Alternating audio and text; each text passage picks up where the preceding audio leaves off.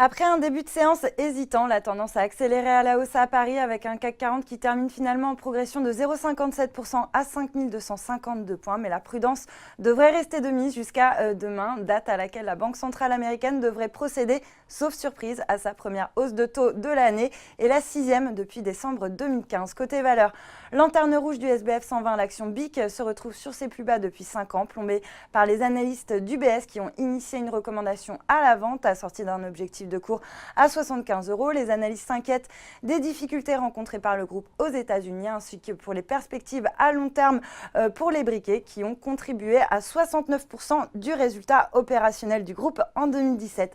À la baisse, Publicis doit encore convaincre le marché qu'il peut atteindre ses objectifs 2022, à savoir donc sur la période 2018-2020 et bien une croissance organique de son chiffre d'affaires de 4% et une augmentation de son taux de marge opérationnelle de 30 à 50 points de base par an jusqu'en 2020.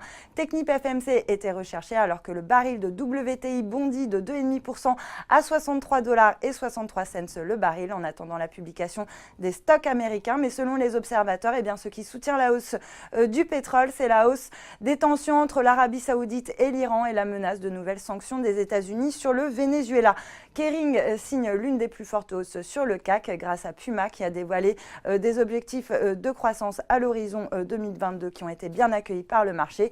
Et puis à l'inverse, Refin Scientifique redonne du terrain plombé par Jefferies qui abaisse son objectif de cours de 500 à 500 euros contre 560 auparavant. Et puis Rubis continue de perdre du terrain après avoir été dégradé la veille par Portes en Parc qui est passé à conserver avec un objectif de cours à 65,70 € suite aux résultats annuels qui se sont pourtant révélés de bonne facture. Enfin sur le SRD, Lizzie rebondit de 8,45% à 37,20 €, soutenu encore une fois par Portes en Parc qui estime que la baisse du titre offre un point d'entrée attractif. L'avis des analystes passe de renforcer à l'achat avec un objectif de cours à 42 €.